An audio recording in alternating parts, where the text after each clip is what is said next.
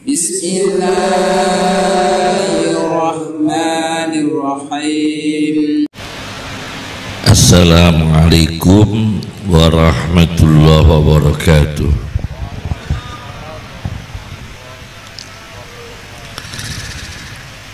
Bismillahirrahmanirrahim.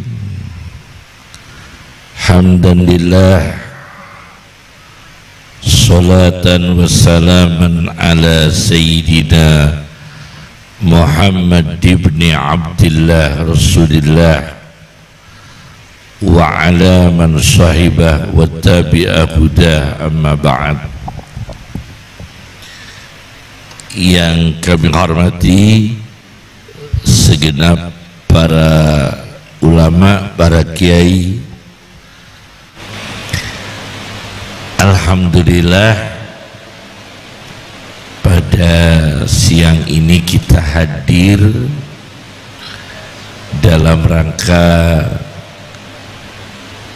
memenuhi kebutuhan sesama manusia. Kenapa kita sebut memenuhi kebutuhan sesama manusia? Manusia itu kalau secara kebahasaan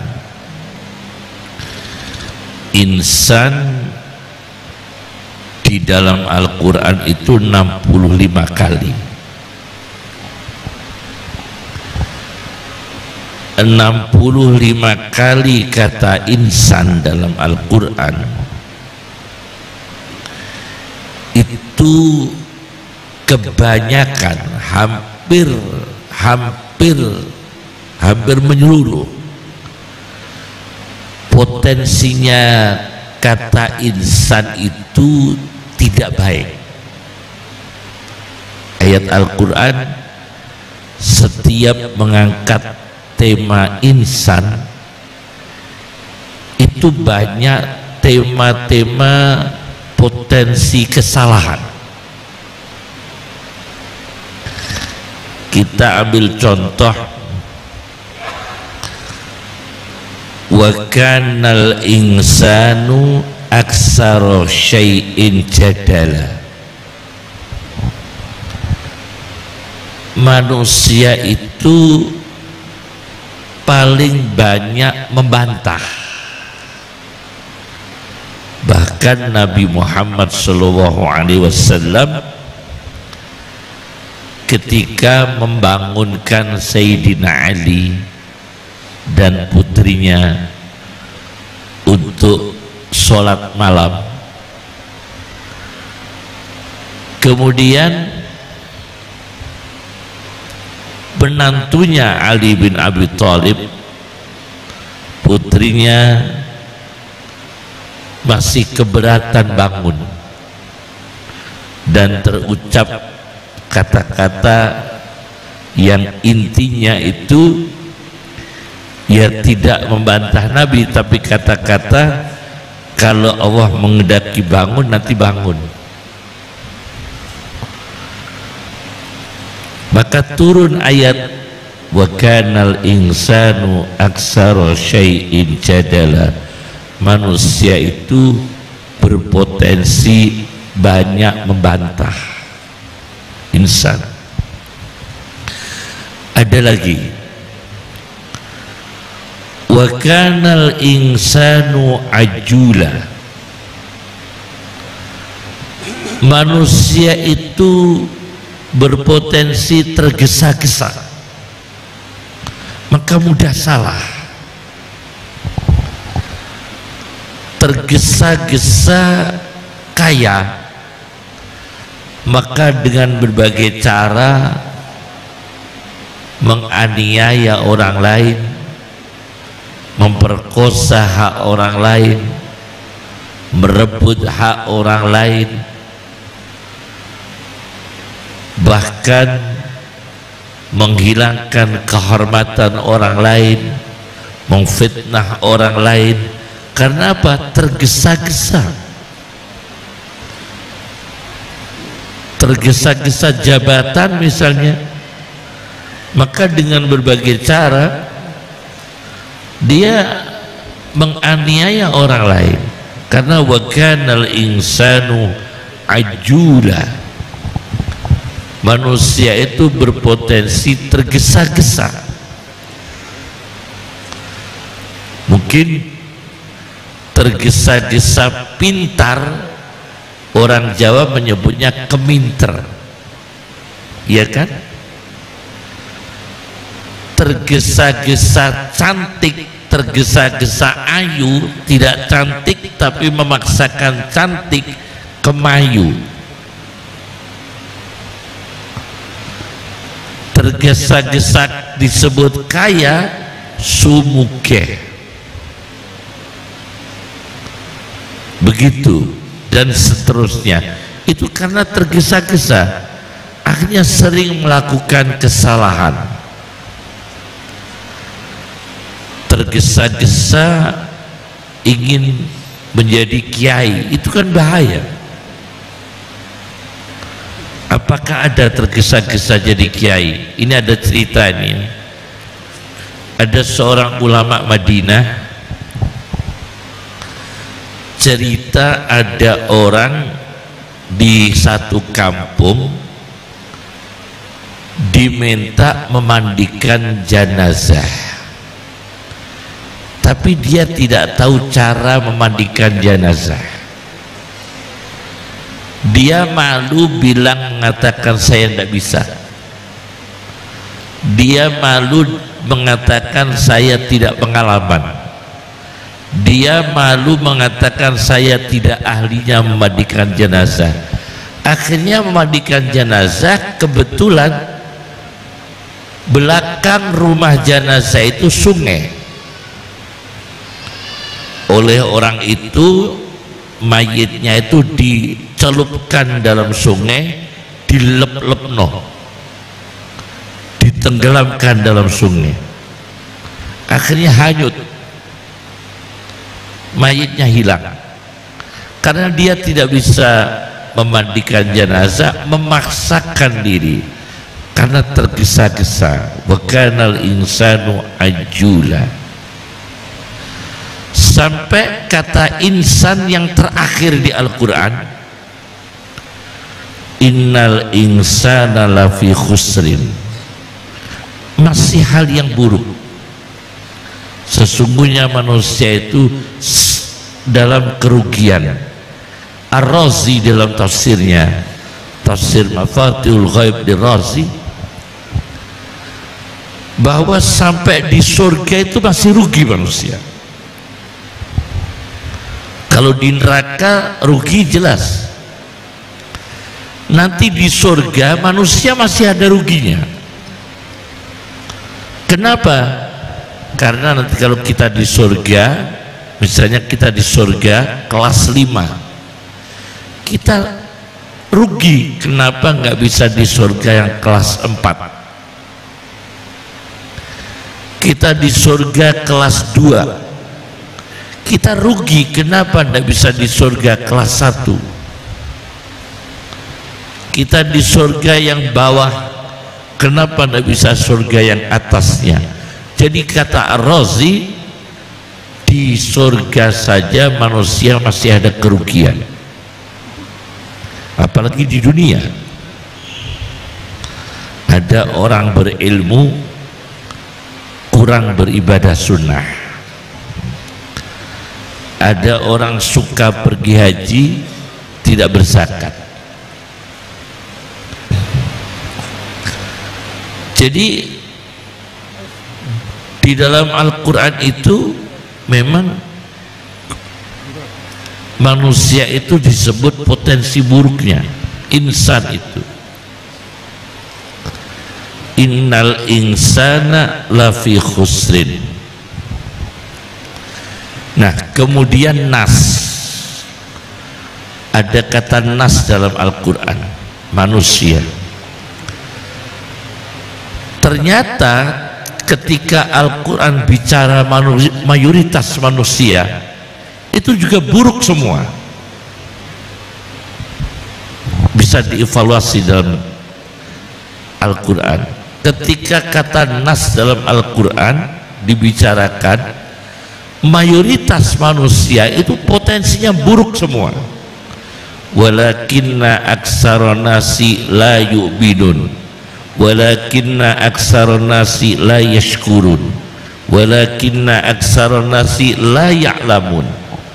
Buruk lagi. Ini kita lakukan penelitian, kami peneliti Al-Quran. Walakinna aksaron nasi la yu'minun, dan sebagian besar manusia itu tidak beriman. Tidak beriman. Yang beriman saja belum sempurna imannya, apalagi yang belum beriman. Dan sebagian besar, tetapi sebagian banyak manusia itu tidak beriman.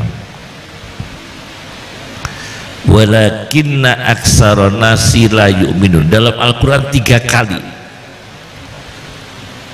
Walakinna aksaron nasi la yu'minun itu dalam Al-Quran 3 kali. Dan tetapi kebanyakan manusia itu tidak beriman, itu 3 kali. Saya pernah bertemu dengan 3 ulama. Waktu itu kami di Pakistan, laporan dakwah tentang forum dakwah. 3 ulama ini ahli hadis, dulunya pemakan manusia, kanibal. Dulunya kanibal, tapi dia ahli hadis. Dia laporan pada kami, saya alhamdulillah kiai dalam bahasa Arab, menjadi ulama ahli hadis. Dulunya saya ini pemakan manusia. Jadi di kampungnya itu orangnya primitif, tentu bukan ahlul kitab, bukan Nasrani, bukan Yahudi, bukan Hindu, bukan Buddha, karena yang kita sebut tadi tidak mengajarkan memakan manusia. Tapi di dalam lingkungan mereka, kalau ada orang mati diopor, disate. Orang mati disate, ada orang mati dibikin asem-asem, ya, disate, ditongseng. Mayit ditongseng, mayitnya dibuat opor. Itu ada di wilayah tertentu di benua Amerika, itu ada. Tapi setelah mereka kenal Islam, Allah memberikan hidayah kepada mereka, banyak menjadi ulama dan orang ahli hadis. Ini keanehan, karena kekuatan iman mengantarkan mereka menjadi ahli hadis. Walakinna aksaron nasi la yu'minun, itu dalam Al-Quran 3 kali.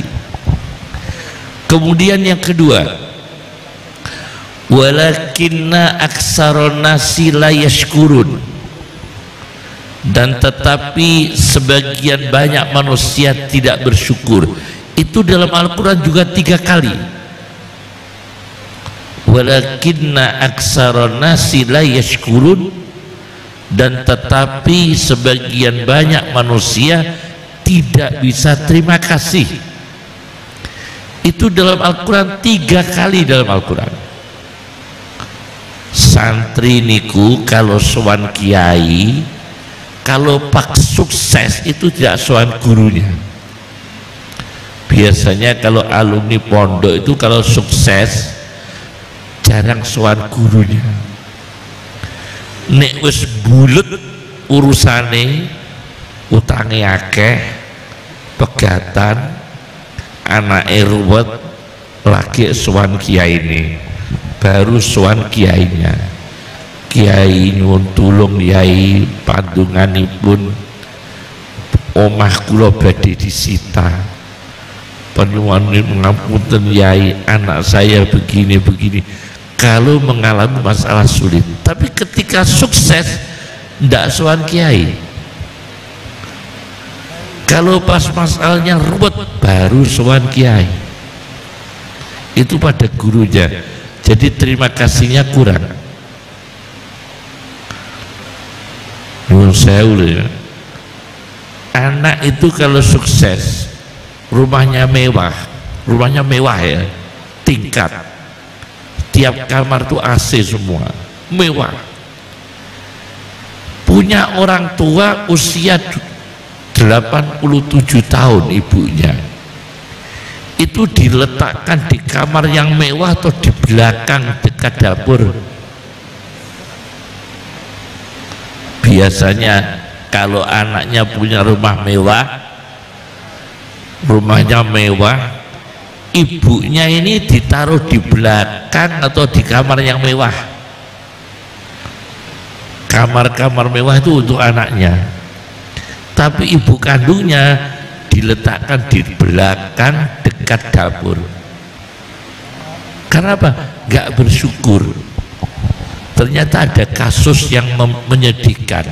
Saya baru baca di sebuah ensiklopedia Asmaul Husna, ada sebuah buku namanya Mausu'ah Al-Asma'il Husna, ensiklopedia Asmaul Husna, karya Profesor Dr. Rotib An-Nablusi. Ada seorang ayah menyiapkan pisang untuk putri-putrinya. Seorang ayah menyiapkan pisang itu bahasa Arabnya muz. Nah, salah satu pisang itu dimakan ibunya. Coba, dia punya pisang untuk putri-putrinya, ibunya kandung ikut ngicipi. Lah itu didorong, dijongkrokno sama anaknya dari tangga atas sampai tangga bawah, dorong, karena ngambil pisang tanpa seizin dia. Ini terjadi itu di Arab, di Syria, saya baca ya. Jadi ibu kandungnya ngambil pisang, dijongkrokno, bukan satu kali, dari tangga paling atas sampai tangga yang paling bawah. Beberapa bulan ibunya meninggal dunia. Akibat dari perbuatan ini, anak tadi tidak lama meninggal dunia, tidak ada orang yang tahu. Anak ini meninggal dunia, berbulan-bulan di kamar, tidak ada orang tahu. Bangkainya dimakan tikus, kualat sama ibunya. Karena apa? Tidak mensyukuri jerih payah ibunya, tidak mensyukuri kebaikan ibunya, tidak mensyukuri jerih payah orang tuanya. Ini karakter manusia. Misalnya istri sakit, ibu sakit, mana yang diobatkan maksimal? Istrinya sakit, cantik, usianya 27, ibunya usianya 89, sakit. Istrinya diparak no rumah sakit, ibunya bodrek terus. Dikasih apa? Bodrek. Ibunya dikasih bodrek, pusing bodrek, keceklek bodrek, awake pusing bodrek, mules bodrek. Bahkan sowan ke kiai, kalau ibu saya dipanggil Allah saya sudah ikhlas.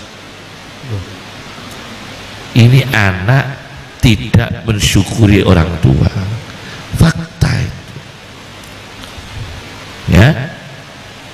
Ini namanya walakinna aksaron nasi la yashkurun. sampai Al-Quran bicara tema itu 3 kali. Kebanyakan manusia itu sulit bersyukur, bahkan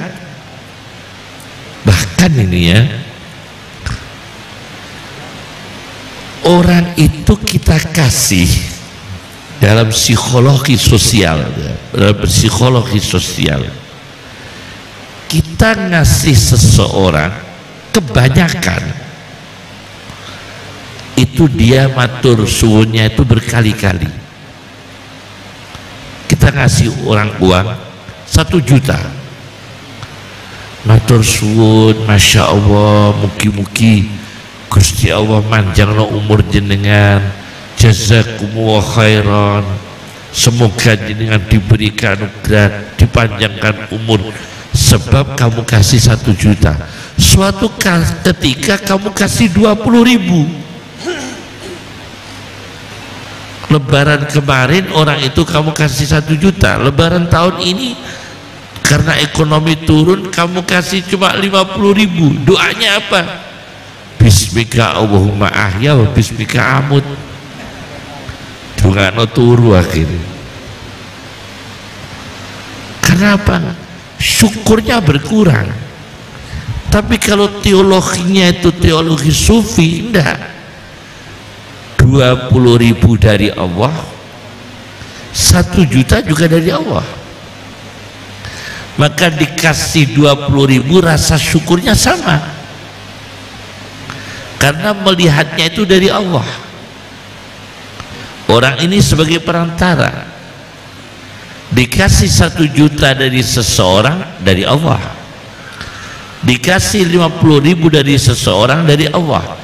Maka kalau kita teolognya itu nyambung, teolognya kepada Allah nyambung, tauhidnya aktif, maka tidak melihat nominalnya, tapi melihat Allah yang memberi. Nah itu syukur. Nah saya pernah mempelajari tentang syukur yang luar biasa. Ada sebuah cerita di sastra Arab,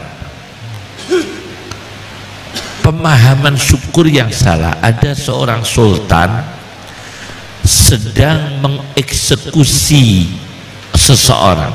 Dalam buku namanya buku sebuah tesis Al-Mustadraf fi kulli fannin mustadraf, sebuah kitab tesis.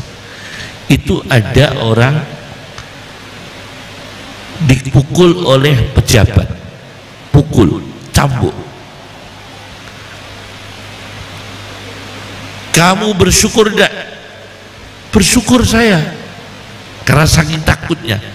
Malah dicambuk lagi. Kamu bersyukur enggak? Bersyukur saya, cambuk lagi.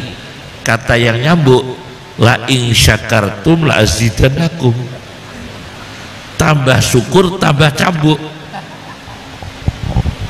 Itu karena Al-Qur'annya, kalau kamu bersyukur aku tambah. Jadi ketika nyambuk dia bilang, kamu bersyukur enggak? Saya bersyukur, tambah dicambuk. La in syakartum la azidannakum. Itu kata. Jadi bersyukur ini kita memahami bahwa jasa manusia itu digerakkan Allah. Sampai Imam Ghazali dalam mempelajari syukur, tentang syukur makanan. Syukur makanan, kita makan nasi itu melibatkan berapa orang untuk menjadi nasi itu? Kita syukur. Melibatkan penjual beras, melibatkan seleb, melibatkan petani, melibatkan buruh, melibatkan penjual pupuk, melibatkan pabrik pupuk. Untuk bisa jadi nasi saja melibatkan berapa pihak. Kita syukur karena kita tidak mampu mandiri, mustaqil, tidak mampu. Karena apa? Ya kita sadar bahwa manusia ini tidak bisa sendirian, membutuhkan manusia. Oleh karena itu syukur itulah yang mengantarkan manusia untuk mudah memahami, mudah memaafkan, mudah rasa iba sesama manusia. Yang terakhir Al-Quran, walakinna aksaron nasi la ya'lamun. Kalau tadi walakinna aksaron nasi la yashkurun 3 kali, walakinna aksaron nasi la yu'minun 3 kali, tetapi walakinna aksaron nasi la ya'lamun, dan kebanyakan manusia itu tidak berilmu 11 kali dalam Al-Quran. Banyak.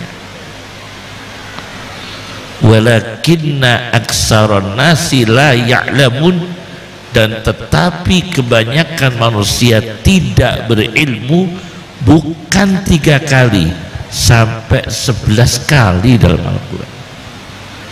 Berarti mengharapan umat Islam adalah menghadapi kebodohan. Tidak bersyukur juga garapan, tidak beriman juga garapan, tapi paling berat tidak punya pengetahuan. Walakinna aksaron nasi la ya'lamun, dan kebanyakan manusia tidak berilmu. Itu dalam Al-Quran diulang sampai 11 kali. Tidak berilmu dalam ibadah. Ada satu kasus di salah satu masjid, itu ada orang khutbah, karena nggak tahu cara khutbah, bingung, maka dia pakai lagunya Rhoma Irama. Jadi khutbahnya itu dari awal khutbah sampai terakhir dia lagunya orang Rhoma Irama disusun. Qul huwallahu ahad, katakan Tuhan itu satu, la ilaha illallah, tiada Tuhan selain Allah. Pokoknya persis lagunya Rhoma Irama disusun, dipakai khutbah, karena dia tidak bisa menyiapkan materi lain. Bahkan ada orang khutbah di satu daerah, karena kertas doa khutbah kedua itu lupa dibawa, dia pamit kepada jamaah, pamit. Itu fakta. Mohon maaf jamaah Jumat, kami pulang sebentar untuk mengambil doa yang tertinggal di rumah. Coba ini. Karena apa? Karena kurangnya ilmu.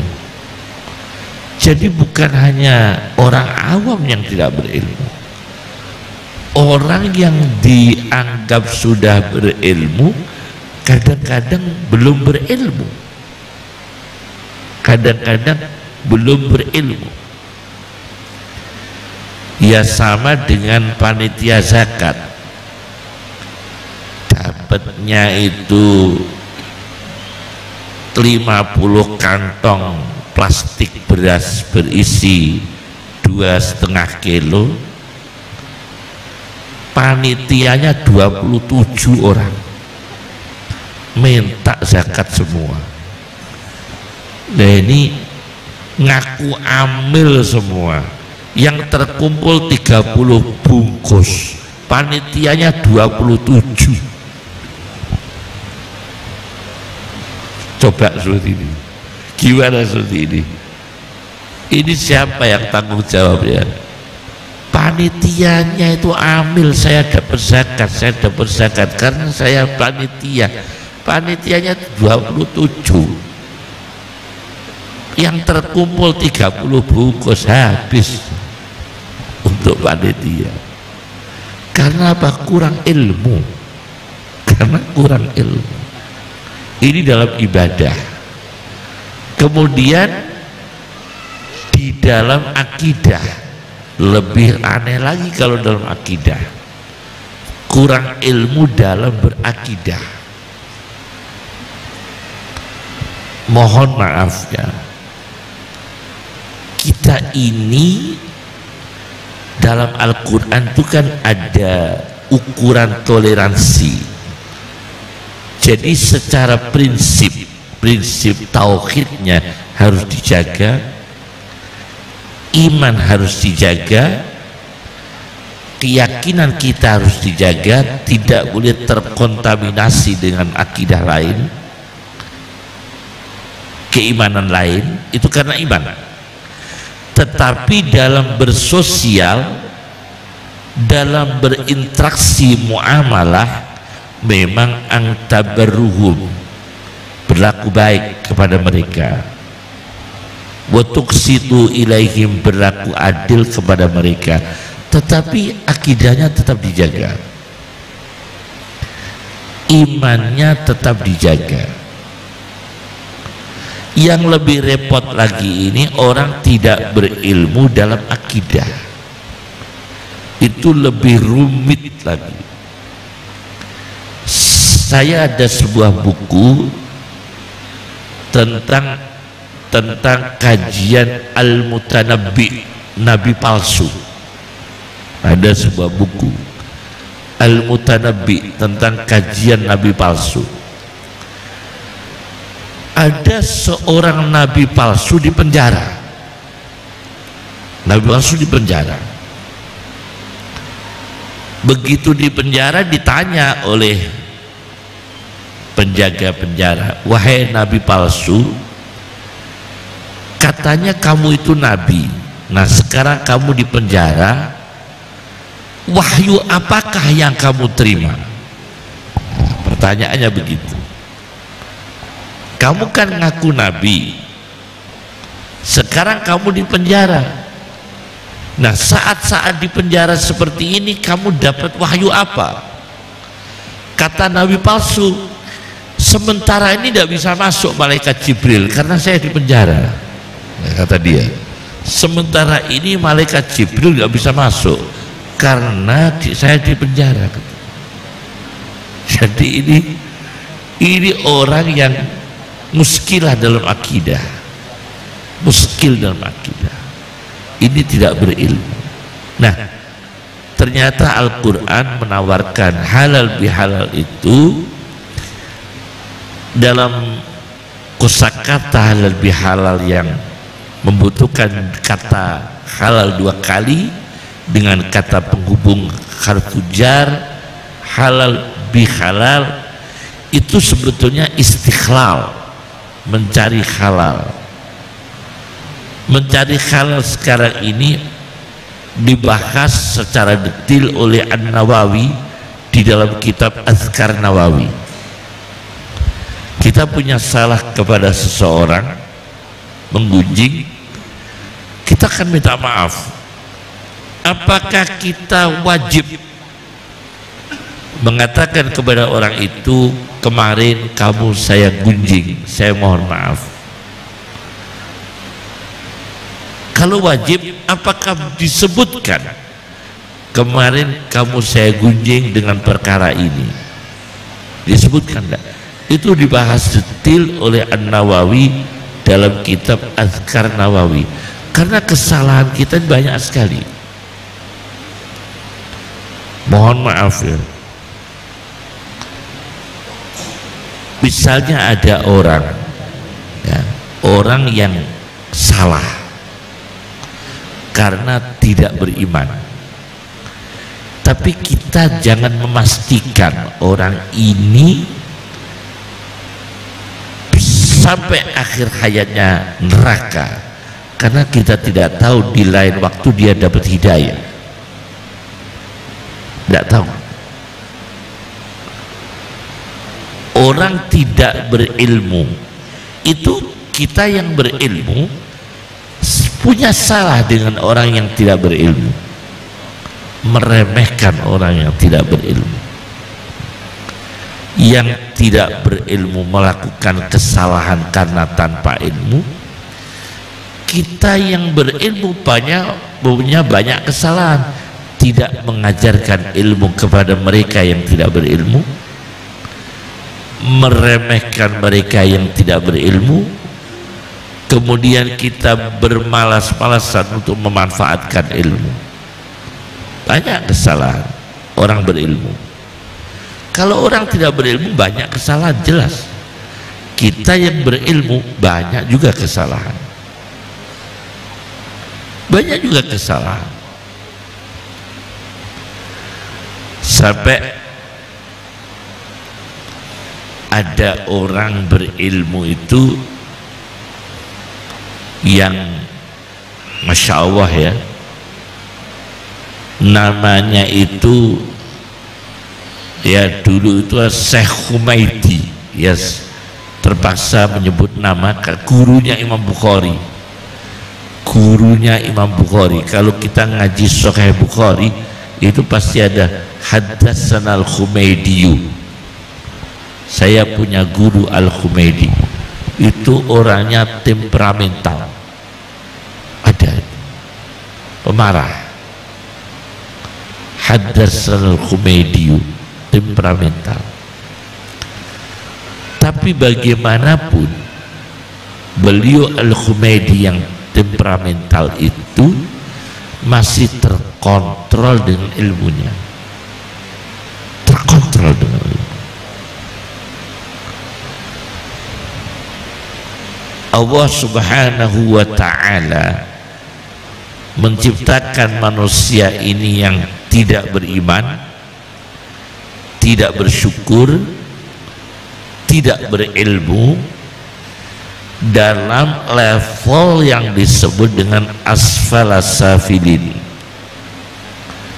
Asfalas safilin, rendahnya yang rendah, safilin. Profesor Quraisy Shihab dalam bukunya Membumikan Al-Quran, Profesor Quraisy Shihab dalam bukunya Membumikan Al-Quran, karena di sini dominan api daripada tanah. Jadi ada manusia yang dominan tin, dominan tanah daripada apinya, dia baik. Kalau manusia ini dominan apinya daripada tanahnya, maka iblisnya lebih banyak, karena dominan apinya daripada tanahnya. Itu dalam bukunya Pak Quraisy Shihab Membumikan Al-Quran. Narnya lebih banyak dari tin. Kalau Adam kan jalur tin, tanah liat. Kalau iblis jalur api, nar. Nah, manusia ini begitu sudah menjadi manusia, punya dua jalur. Dia tin secara biologis, dia punya nar secara karakter. Jadi dia punya tin, tanah, memang melihat asal usul manusia dari tanah. Tapi dia punya api karena ada iblis yang mempengaruhi. Nah, dia dominan mana? Apakah kuat tanahnya atau kuat apinya? Kalau kuat apinya, ya akhirnya tidak beriman, tidak bersyukur, tidak berilmu. Kalau kuat tanahnya, dia beriman, bersyukur, dan berilmu. Sebagai penutup, kita ambil satu kasus ya, satu kasus peristiwa yang luar biasa, ditulis oleh Dr. Ali Fikri, Dr. Ali Fikri dalam bukunya As-Samirul Muhaddib, obrolan malam yang mendidik. Ada buku berjudul As-Samirul Muhaddib, obrolan malam yang mendidik, karya Dr. Ali Fikri. Di situ diceritakan ketika di salah satu kota di Amerika Serikat, di Chicago, ada seorang pasien wanita membutuhkan tindakan operasi ganti kulit, donor kulit, membutuhkan tindakan operasi kulitnya diganti, donor, sumbangan kulit. Amerika Serikat, Chicago, mereka memang notabene tidak beriman seperti kita, notabene. Ilmu punya, spontan diumumkan oleh pihak medical itu, rumah sakitnya, yang daftar tuh langsung 300 orang untuk mendermakan, menyumbangkan kulitnya. Akhirnya dipilih dan dipotong satu persatu kulitnya orang untuk ditempelkan pada pasien yang membutuhkan ganti kulit. Coba ambil kulitnya berapa senti, satu orang berapa senti, satu orang berapa senti, sampai lengkap dan dilakukan pergantian kulit. Altruisme, mementingkan orang lain daripada diri sendiri. Altruisme. Al-Quran mengatakan wa yu'siruna ala anfusihim walau kana bihim khassasah, mementingkan orang lain mengalahkan dirinya sendiri. Kulit itu kan mahal dan sakit, licet saja sudah nggak begitu bagus, tapi itu diambil satu persatu disumbangkan. Ini bentuk manusia memanusiakan manusia, tetapi ini karena dia jalur yang berilmu dan bersyukur. Bersyukur dia dikaruniai awal sehat, bersyukur mereka dikaruniai awal tidak sebagai penderita, maka dengan mudah dia empati namanya. Apa empati? Dalam bahasa Arabnya itu syuuri, empati, merasakan apa yang dirasakan manusia, dia sumbangkan, mereka sumbangkan. Nah, Al-Quran bicara manusia yang tidak empati, wahum la yash'urun, tidak punya rasa. Wahum la yash'urun, tidak punya syuuri, tidak punya rasa. Oleh karena itu halal bihalal itu meningkatkan kita yang tidak beriman semoga menjadi iman, yang sudah beriman di antara kita, syarat bukan kita, di antara kita yang belum beriman menjadi iman, yang sudah beriman tambah iman, tambah syukur, tambah ilmu. Kemudian kalau itu diaktualkan menjadi manusia yang punya perasaan yang sempurna, syuuri. Nah, manusia itu disebut la ya'lamun la yash'urun, tidak berilmu, tidak berperasaan. Jangan sampai la ya'lamun tidak berilmu, jangan sampai la yash'urun tidak berperasaan. Inilah yang bisa saya sampaikan.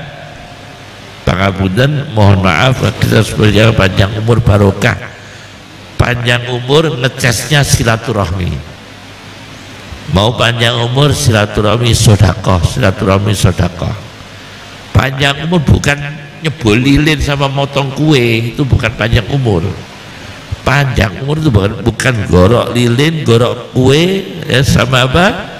Nyebol lilin sama nyanyi-nyanyi keplok-keplok, itu bukan panjang umur.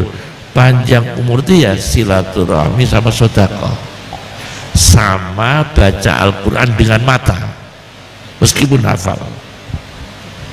Baca Al-Quran dengan melihat dengan mata meskipun hafal. Karena apa? Pengaruh pada saraf. Kalau baca Al-Qurannya tidak melihat dengan mata, cuma hafalan, meskipun hafal, saya hafal, saya hafidul Quran, tapi saya baca Quran sering melihat. Alladzina kanat a'yunuhum fi ghita'in an dzikri. Jangan sampai mata itu tertutup, tidak pernah berzikir. Kalau cuma hafalan, kan matanya nggak pernah berzikir, dia hafalan. Maka meskipun hafal, lihat Al-Quran, karena itu menguatkan saraf otak, menguatkan saraf mata, dan insya Allah memperpanjang umur. Saya baca di dalam satu tafsir Hasyiah Jamal, juga di ada Jalalain, juga di Hasyiah Jamal Jalalain itu, melihat Al-Quran dengan mata insya Allah memperlambat kepikunan, tidak gampang pikun. Ditambah kalau tibbun nabawi, kedokteran Nabi, makan malam jangan sampai dihindari, itu juga memperlambat kepikunan. Makan malam di bawah jam 9 makan malam, ya. Kalau Ibnu Qayyim dalam tibbun nabawinya, habis makan malam berjalan 20 jangkah, jangan 20 kilo, 20 jangkah, ya. Inilah yang bisa saya sampaikan, semoga bermanfaat. Pangapunten kata. Assalamualaikum warahmatullahi wabarakatuh.